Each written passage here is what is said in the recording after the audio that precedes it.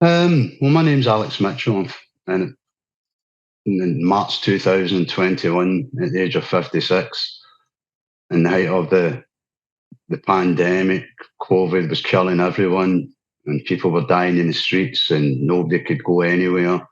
I went and did what I thought was the right thing, and everything seemed fine for the first weekend. I was told flu-like symptoms, cold, fever, sore arm, nothing unusual. 1st of April, the ID's not lost on me. I'm a construction worker. I work in the steel industry.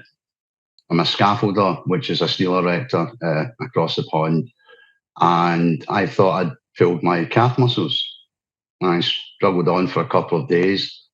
And on the 4th of April, I collapsed at home, rushed to hospital, became conscious in hospital, was told I needed to sign a piece of paper to go for a CT scan. The CT scan was still spinning, and the same doctor was saying, "We need to go to theatre. We need to go now." And I said, "I'm in trouble."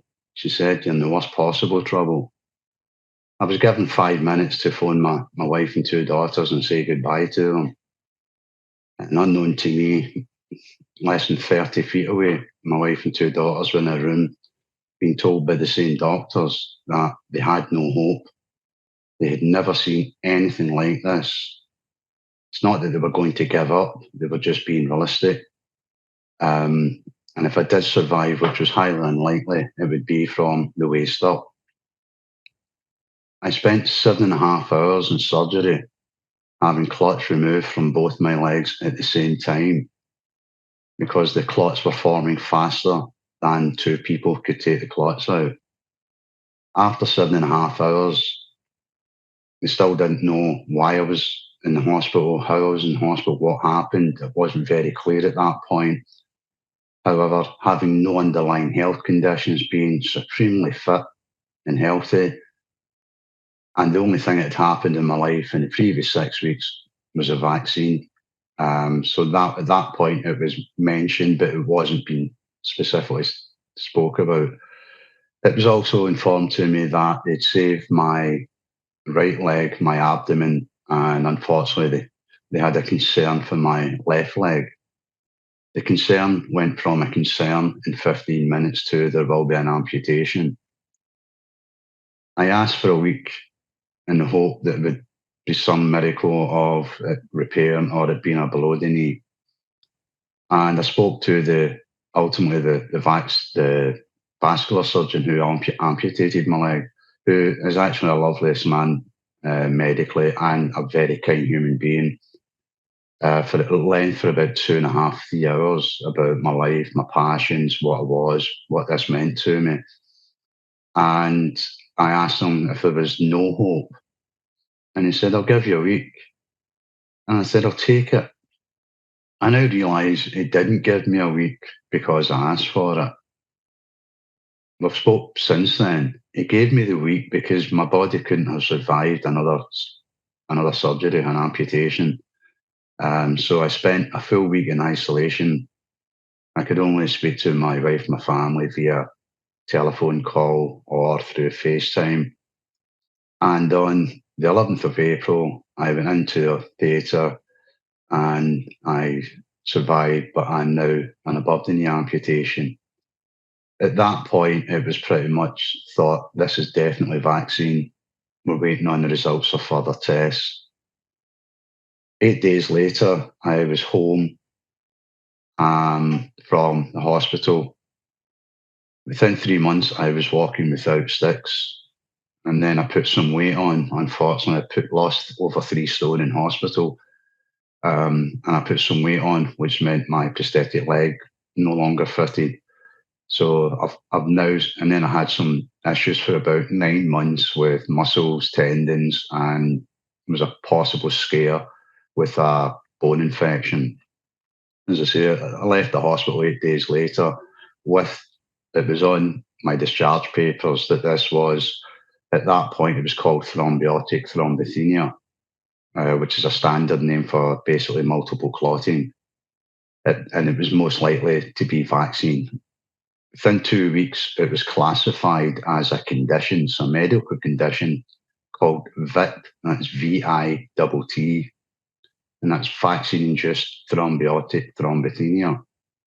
What it means is that the AstraZeneca vaccine has done something within my bloods at a level that can't be reversed.